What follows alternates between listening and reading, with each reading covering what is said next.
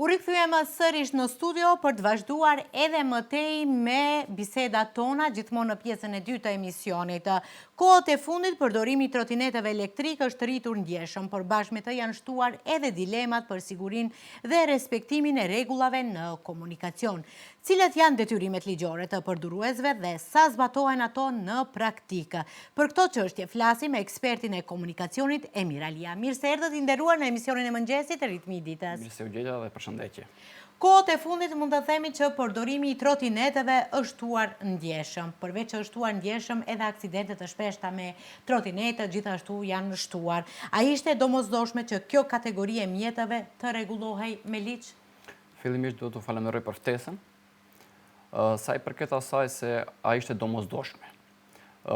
Realisht, ligji ekziston. Ligji mbi sigurinë komunikacion që e rregullon këtë çështjen e trotineteve ekziston para disa viteve. Kështu që ekzistojnë nenet të veçanta, të cilët e rregullojnë çështjen e trotineteve elektrik ose ngasve të trotineteve elektrik. Mirëpo, duke pas parasysh numrin e madh të aksidenteve që ndodhin kohëve të fundit me viktima, me lëndime të rënda trupore, me lëndime të lehta trupore, ishte domosdoshme ndoshta që të ndërhihet në përmirësimin e disa çështjeve duke, domethënë, ashpërsu masat ose duke vëndu masa më rigoroze sa i përket kësaj kategorie të pjesëmarrësve në komunikacion. Atë që CECA thash se ligji ekziston para disa vitesh, para një viti nëse nuk gaboj ka pas përmirësime ose ka pas plotësime për këtë kategori të pjesëmarrësve në komunikacion, kurse atë që shohim ditëve të fundit, domethënë, për shkak të numrit të madh të aksidenteve ose për shkak të shkallës së lartë të rrezikshmërisë kësaj kategorie në komunikacion, domethënë parashihet të ndryshime të reja, të cilat të shpresojmë të kenë, domethënë, efekt pozitiv në rritjen e sigurisë në komunikacion. Mund të na thuani se cilat janë rrisitë kryesore që sjell ligji dhe çfarë duhet të di çdo qytetar që përdor, të themi, një trotinet elektrik? Tash propozimet e reja ende domethënë nuk kemi se i kemi pa të gjitha atë që e përfshin ligji ose që do përfshin ligjin të ardhmë mbi sigurinë komunikacion, mirëpo atë që vërejtëm se ka ndryshim në shpejtësinë e lejuar të kufizuar të trotineteve elektrik nga 25 në 20 km/h, pastaj kishte caktim të kufizuar të grup moshave të cilët do drejtojnë këtë mjet në komunikacion, domethënë nga 14 që është me ligjin ose me rregullorën aktuale në 18 vjet, domethënë do ketë disa ndryshime, do ketë masa rigoroze, ato që përmenden se do ketë edhe konfiskim të trotineteve elektrik, do ketë masa më të ashpra, gjoba më të larta e kështu me radhë. Mund të na thoni sa janë të përgatitur edhe qytetarët për t'i respektuar këto rregulla, të themi këto ndryshime në komunikacion, kur bëhet fjalë gjithmonë për ata me trotinetet elektrike, dhe a mendoni se institucionet kanë bërë mjaftueshëm, të themi, për t'i informuar qytetarët? Unë mendoj se kur bëhet fjalë për të mirën e qytetarëve, qytetarët çdo herë duhet të jenë të gatshëm t'i pranojnë ndryshimet për të mirën e tyre, sepse bëhet fjalë për jetë njerëzish. Më thënë, basta atyre statistikave që shohim se numri është i madh i vdekshmërisë në komunikacion, qoftë të ngasve të trotineteve elektrik, qoftë të këmbësorëve, qoftë të drejtuesve të automjeteve, kështu që derisa bëhet fjalë një ligj, një rregull për të mirën e qytetarëve, normalisht duhet të mirëpritet, duhet të respektohen rregullat të caktuara dhe normalisht duhet të njoftohen popullata më gjerësisht nga ana e mediave, nga ana, domethënë, e kampanjave të ndryshme, domethënë, vendesimet e ndryshme që i bëjnë, domethënë, personat adekuat ose të specializuar në këtë fushë për njoftimin e ndryshimeve ligjore, pse jo të ketë edhe trajnime të posaçme ose të veçanta për drejtimin e trotineteve elektrik, mendoj. Patjetër. A është infrastruktura rrugore në Maqedoninë e Veriut, të themi, e përshtatshme për përdorimin e sigurt të trotineteve elektrike, apo ligji ka paraprir kushteve në terren? Unë mendoj se atë që e parashef për momentin ligji për trotinetet elektrik, domethënë pjesërisht ose domethënë ka mangësi të infrastrukturës rrugore në këtë pjesë sa i përket të trotineteve elektrik. Mirë po... Jo, mendoj vetëm të trotineteve, kemi edhe të bicikletave, sepse që na mungojnë... Flasim vetëm konkretisht për trotinetet, por me ligjin aktual, domethënë rregullohet kjo pjesë që trotinetet elektrike janë të obliguar të drejtojnë trotinetet në vende ku ka korsi për bicikleta ose shtigjet e bicikletave, të drejtojnë në atë pjesë. Në qoftë se nuk ekzistojnë këto, domethënë trotinetet zhvendosen në shtigjet e komsorëve ose në trotuar të lëvizin, domethënë bashkarisht me komsorët normal ku shpejtësia ndryshon nga shtigjet e bicikletave në korsitë e komsorëve. Kështu që kemi mangësi të mëdha në infrastrukturën e trotinetëve elektrik, bicikletave, nuk marrin parasysh vetëm qytetin e Shkupit, domethënë nëse pak më gjerësisht në Republikën e Maqedonisë së Veriut marrin parasysh edhe qytetet e tjera, do shohim se korsitë ose shtigjet e bicikletave mungojnë.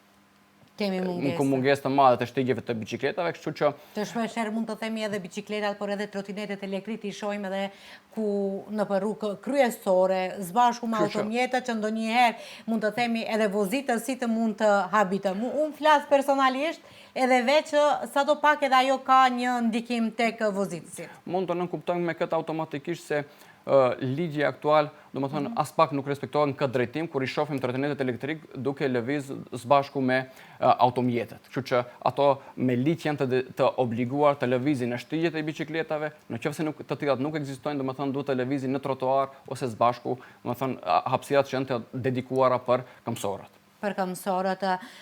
Në praktik, cilët janë shkeljet më të shpeshta që bëjnë të themi përdoruesit e trotineteve dhe sa të rrezikshme janë ato për pjesëmarrësit e tjerë në komunikacion? Pak a shumë e potencuam. Pak a shumë e potencuam, domethënë bëhen shkelje të shpeshta, e shohim këtë pjesëmarrjen e tyre në së bashku me automjetet ose me veturat. Kështu që tjetër shkelje që mund të përmendim është edhe shpejtësia e lëvizjes, domethënë lëvizje me shpejtësi shumë më të larta se sa i parashef ligji aktual. Kështu që atë që përmendëm pak më herët se ligji parashef edhe zvogëlimin e shpejtësisë, ndoshta do ndikojë pozitivisht ajo në 20 km/h nga 25 në shtigjet për bicikleta, kurse një 6 km/h në shtigjet për komsor ose trotuarët ose hapësirat për komsor. Kështu që shkeljet janë të shpeshta, nuk i rrezikojnë edhe komsorët në këtë rast, sepse këmsorët, biciklistët, motociklistët dhe drejtuesit e trotinetëve në komunikacion kategorizohen si kategoria më pak e mbrojtur, sepse ngasi ose udhëtarët mbrohen nga kabina e automjetit, kurse këta janë direkt, domethënë ballafaqohen me goditjet nga automjeti dhe më pak të mbrojtur nga lëndimet në raste të aksidenteve. Duke u nisur nga tema e trotineteve, sa e sigurt është në përgjithësi kultura e komunikacionit në vendin tonë? Sa i përket kulturës në komunikacion, çdo herë duke marrë parasysh gjithë pjesëmarrësit në komunikacion, duke filluar nga ngasit e automjeteve ose shoferët, nga këmsorët, drejtuesit e bicikletave, drejtuesit e trotinetëve, domethënë nuk është në nivelin e dur mbas të mendimit tim. Domethënë është në nivel shumë të ulët, nuk respektohen rregullat e komunikacionit, nuk respektohen, domethënë sinjalet ndriçuese, semaforët në këtë rast, mund ta potencoj veçanërisht nga ana e këmsorëve, domethënë shpesh herë nuk respektohet drita e semaforit, drita e kuqe. Pa marrë parasysh ka ose nuk ka automjete, duhet kemi një kulturë në komunikacion që duhet respektohet, duhet pritet, se në çdo moment mund paraqitet automjeti, edhe po të marrim atë shpejtësinë e lëvizjes të zakonshme në qytetet 50 km/h, ne e detyrojmë ngasin të frenojë vrullshëm, e detyrojmë situatën të vjedrit e aksidentit. Kështu që kultura në komunikacion duhet të përmirësohen këtë drejtim, duhet të rregullohen, nuk e anashkaloj edhe infrastrukturën rrugore, mirë po kur gjitha nga pak do rregullohet edhe do zvoglohet spaku numri i aksidenteve në komunikacion. Në komunikacion. Cilët ju i potencuat pak a shumë faktorët kryesorë të cilët ndikojnë në numrin e aksidenteve rrugore në vend, duke një ndër ato janë mos respektimi i dritave të semaforave, qoftë nga ana e vozitësve, qoftë nga ana e këmbësorëve. Të themi se sa janë të vetëdijshëm qytetarët në këtë drejtim? Tash në qoftë se bëjmë atë kategorizimin e faktorëve, ne në literaturën tonë të komunikacionit ndajmë 3 faktorët kryesorë që shkaktojnë aksident, domethënë faktori njeri, faktori mjet dhe faktori rrugë. Mirë po në përqindje më të madhe është faktori njeri, duke shkaktuar aksidente, a shkaktarët, domethënë në mbas statistikave tek ne në qoftë se shohim ndër vite, domethënë te kalimi i shpejtësisë është shkaktari kryesor që rritet numri i aksidenteve. Domethënë te kalimi shpejtësia mbi të lejuarën, pastaj kemi normal gabimet gjatë te kalimeve që i bëjnë ngasit në vende ku nuk fusha e dukshmërisë nuk është në nivelin e duhur. Pastaj gabimet tash nuk respektojnë shenjat e komunikacionit, nuk respektojnë dritën e semaforit. Gjithashtu, bëjnë edhe gabime tjera, kemi problem tjetër ose shkaktar tjetër, mund ta potencojmë edhe drejtimin e automjetit në ndikimin e alkoolit. Mos him në atë pjesën se në mos respektimi i elementeve pasive në automjet, si që janë ripi i sigurisë, ose tek drejtuesit e tretonetit elektrik, mos mbajtja e helmetës mbrojtëse, mos mbajtja e jelekut të reflektues gjatë kushteve të natës, ose gjatë kushteve kur nuk kemi ndriçimin e duhur. Ashtu me radhë, domethënë shkaktarët janë të shumtë, mirë po përsëri për mendimin tim ngelet te kalimi i shpejtësisë në radhë të parë. Atë dëshmojnë edhe statistikat, mirë po dëshmojnë ja tash edhe sistemi. Sa ka ndikuar të themi edhe sistemi Safe City? Në uljen. Sistemi Safe City, domethënë na dhani dëshmi se te kalimi i shpejtësisë është në radhë të parë. Shohim se domethënë shkeljet më të mëdha bëhen tek te kalimi i shpejtësisë. Mendoj se do shohim tash statistikat vjetore, krahasimin në ndër vite, mirë po mendoj se do të ndikojë pozitivisht. Normal, nuk besoj se do arrijmë në atë nivel që të jemi të kënaqur me situatën komunikacion, sepse vdekshmëria në komunikacion është në nivel të lartë, mirë po spaku ta zbus, duke vazhduar me masa të tjera ose me masa të tjera parandaluese për shkaktimin e aksidenteve, të arrijmë në numër sa më të ulët të aksidenteve. A është problemi më i madh infrastruktura, mungesa e kontrollit apo mos respektimi i rregullave nga vetë pjesëmarrësit në komunikacion? Edhe pak më herët unë potencova se nuk e anashkaloja se kemi mungesë të infrastrukturës, mirë po përsëri kthehem te ajo se faktori njeri është ai i cili duhet të respektojë rregullat e komunikacionit, ta vlerësoj situatën në komunikacion, të vlerësoj, domethënë, kushtet e rrugës, ta vlerësoj gjendjen teknike të automjetit, është në gjendje të rregullt ose nuk është në gjendje të rregullt për të drejtuar atë automjet, kështu që unë mendoj se mos kujdesi i shtuar nga ana e ngasve. Kohëve të fundit lirisht mund të potencojmë përdorimin e telefonëve celular gjatë drejtimit të automjetit, ose shkruarje teksteve gjatë drejtimit të automjetit. Është kjo pikërisht bie në faktorin njeri, ai i cili nuk është i dërgjegjshëm dhe nuk është, domethënë, i kulturuar sa duhet gjatë drejtimit të automjetit. Presim që nga Safe City ki sistemi i cili ende nuk ka filluar me detektimin e vozitësve të cilët të mbajnë në dorë telefonat apo bëjnë gjëra të tilla në veturë, duke folur, duke kështu që të filloj të ndeshkojë, të zgjerohet më shumë. Dhe të shohim andej se ku do të arrijmë, se edhe pse jemi në vitin e parë me Safe City, po sadopak ne shohim një ndryshim në shpejtësinë e veturave gjatë në komunikacion. Mund të na thuani se sa efektive janë kontrollet policore, por edhe politikat ndëshkuese në uljen e shkeljeve dhe aksidenteve? Unë nuk jam çdo herë pro politikave ndëshkuese, normal se duhet ketë edhe masa edukative, kampanje të ndryshme, mirë po sa janë efektive, mendoj se janë efektive, vetë prezenca e policisë në rrugë, ose vetë prezenca në disa pika të ndryshme, domethënë ndikon tek pjesëmarrësit në komunikacion, automatikisht fillojnë të zvogëlojnë shpejtësinë e lëvizjes, të vendojnë rripin e sigurisë, të ndezin dritat e automjetit, kështu që masat ndëshkuese mendoj se e kanë rritë sigurinë komunikacion, është zvoglu numri i aksidenteve, mirë po thash, çdo herë është një zinxhir problemesh që duhet të zgjidhet që të jemi në një situatë shumë më të mirë ose në një numër të aksidenteve më të ulta. Kështu që mendoj se kanë masën pozitive, kanë efektin pozitiv masat ndëshkuese, mirë po nuk janë pro çdo herë masave ndëshkuese. Duhet të ketë masa edukuese, duhet edhe vetë qytetarët të vetëdijsohen ose të edukohen në komunikacion për respektim të rregullave, që jo çdo herë me detyrim ose jo çdo herë me gjoba. Mund të na thuani se cilat shkelje i konsideroni më shqetësuese dhe më të rrezikshme në komunikacionin tonë? Pak a shumë ne i përmendim tejkalimi i shpejtësisë është mendoj problemi më shqetësues tek problemi në komunikacion tek ne, mirë po ka edhe probleme tjera të cilat i shohim edhe si qytetar çdo ditë nëpër qytete, kurse shqetësuese unë mund të potencoj, domethënë veçanërisht edhe tek mësorët diçka shumë si interesante, sepse kalon vendkalimin për mësor ose kalon atë që quajmë zebra, mirë po nuk e vërren situatën komunikacion ose nuk e vërren se vjen automjet nga ana që mund ta dvi deri tek ndeshja.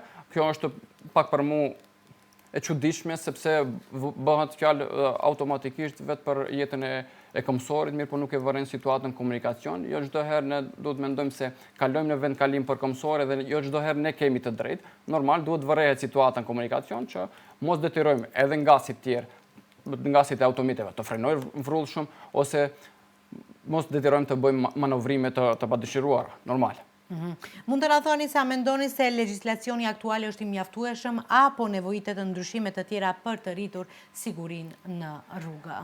Çdo herë kur na paraqiten probleme të reja në rrugë, si kjo e trotineteve elektrike. Si kjo e trotineteve elektrike, domethënë nuk është tash për ligjin tek ligji i sigurisë komunikacion nuk është se nuk përfshihet në ligjet prej para disa viteve, trotinetet elektrike potencohen në ligj si kategori e veçantë, domethënë ka kufizime të veçanta për këtë kategori pjesëmarrësish në komunikacion, mirë po në momentin që na paraqitet rritja e numrit të aksidenteve, veçanërisht aksidentet më të rënda, me të vdekur, me lëndime të rënda trupore, normal ekziston ose lind nevoja që të ketë përmirësime në ligje.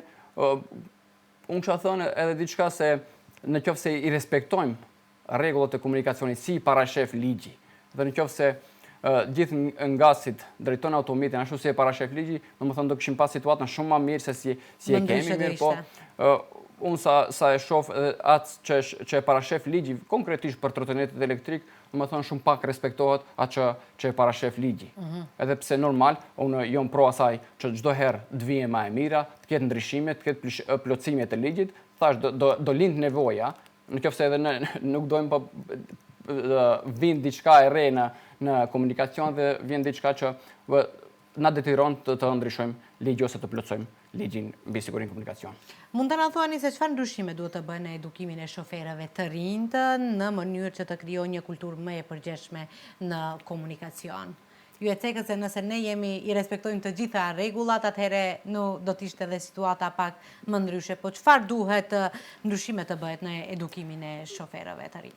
Edhe këtë nuk e potencuam, domethënë duke marrë parasysh faktori njeri si shkaktues të aksidenteve, kur bëjmë analizën tek njeriu, shohim se shkaktari grup moshat e reja ose ngasit e ri janë domethënë ato që shkaktojnë numrin më të madh të aksidenteve. Kështu që duhet të ketë domethënë një edukim pak më të gjerësishëm, një edukim pak më profesional që të njoftohen me problemet e komunikacionit, të njoftohen me rrezikshmërinë që e paraqesin në komunikacion ngasit e ri, edhe pse nga ana tjetër, domethënë ngasit e ri janë më të aftë nga aspekti i më precizitetit, nga aspekti i domethënë reflektimit, domethënë reflekset të ngasit të ri janë më të shpejta, mirë po nga ana tjetër dalin se ngasit të ri janë ata të cilët shkaktojnë numër më të madh të aksidenteve. Pse na paraqitin këto probleme? Janë disa elementet që mund t'i cekim të ngasit të ri, domethënë vetbesimi i tepërt, agresiviteti në rrugë, e kështu me radhë, domethënë ose ku e diun të tregohen në komunikacion se dinë të drejtojnë automitin me shpejtësi të mëdha. Mirë po, thash unë, ngasit e ri duhet të edukohen më gjerësisht, më profesionalisht për rrezikshmërinë në komunikacion, problemit që mund t'i sjellin shoqërisë në komunikacion, të potencojë edhe diçka që ngasit e ri duhet të njoftohen edhe njohurim mbi automjetin, sepse unë vlerësoj se ngasit e ri nuk kanë njohuri të mjaftueshme për problemet që mund të na paraqiten në automjet, ose mënyrën e funksionimit të sistemit të drejtimit, që është një ndër sistemet kryesore për të lëvizur automjeti sigurt, sistemit të frenimit, pneumatikëve e kështu me radhë, domethënë pjesa teorike ose pjesa e ligjëratave që mbahen për ngasit e ri të jenë pak më të zgjeruara dhe të jenë pak më më profesionale. Mund të na thuani se cilat janë masat konkrete të themi që institucionet duhet të ndërmarrin në periudhën e ardhshme për të ulur numrin e aksidenteve dhe viktimave në komunikacion. Më thënë, çdo herë ka pa tendenca për përmirësim të kësaj gjendje, mirë po e shohim se ndër vite nuk kemi ndonjë ndryshim shumë të madh. Nga viti në vit, numri i të vdekurve, numri të lënduarve në komunikacione, varion, domethënë, e mban një numër lart poshtë atij, nuk është se ka ndonjë ndryshim të madh, duhet bëhen, masa, duhet merrem masa konkrete që ta arrijmë efekt pozitiv. Ka shumë masa që mendoj se duhet të merren, në qoftë se shohim nga aspekti i asaj se çfarë masa duhet të merren, atë që përmendëm pak më herët tek drejtuesit e automjeteve ose tek ngasit e ri duhet të vetëdijsohen ose duhet të edukohen më profesionalisht.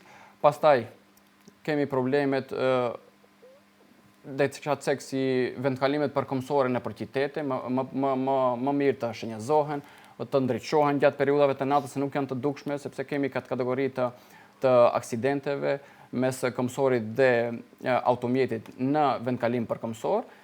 Pastaj mundësisht domethënë të gjenden alternativa tjera përveç automjeteve private. Një ndër problemet kryesore është edhe shtimi i numrit të automjeteve. Me rritjen e numrit të automjeteve, rritet edhe mundësia për shkaktuar aksidente, ose për të rritjen e numrit aksidenteve. Mendoj se çdo antar i familjes e ka nga një automjet. Në qoftë se dalim në terren, bëjmë një statistikë, shohim se numri i madh i automjeteve, domethënë kemi nga një ngasës. Kështu që me rritjen e numrit të automjeteve rritet edhe numri i aksidenteve, kështu që gjenden domethënë alternativa tjera për pjesëmarrësit në komunikacion të shfrytëzojnë qoftë transportin publik ose alternativa tjera të mundshme që mos shfrytëzohet numri i madh i automjeteve, veçanërisht gjatë periudhave kulmore ku numri i automjeteve është tepër i madh, që shkaktojnë edhe probleme tjera, tullovi në komunikacion, aksidente, ndoqje të ajrit e kështu me radhë. Në fund, cili do të ishte mesazhi juaj për të gjithë pjesëmarrësit në komunikacion në mënyrë që rrugët tona të jenë sa më të sigurta për të gjithë? Mesazhi im ishte që gjithë pjesëmarrësit në komunikacion, duke filluar nga ngasit, këmbësorët, drejtuesit e trotinetëve elektrik, të respektojnë rregullat e komunikacionit, të respektojnë shenjat e komunikacionit, të tregojnë kulturë në komunikacion, të tregojnë etikë në komunikacion, domethënë edhe kur tjetrin domethënë bën gabime padashje në komunikacion, nëse ne jemi në gjendje ta tolerojmë, duhet të tolerohet, nuk nevojitet agresivitet në komunikacion, nuk nevojitet domethënë zënka në komunikacion, kështu që porosia ime është kjo, të respektohen rregullat e komunikacionit, sepse vdekshmëria është në nivel të lartë në komunikacion. Ju faleminderit për gjitha këto informacione dhe për këto gjitha këshilla që i dhatë për vozitësit, këmbësorët, por edhe për ata përdoruesit e trotinetit elektrik. Faleminderit edhe për ftesën.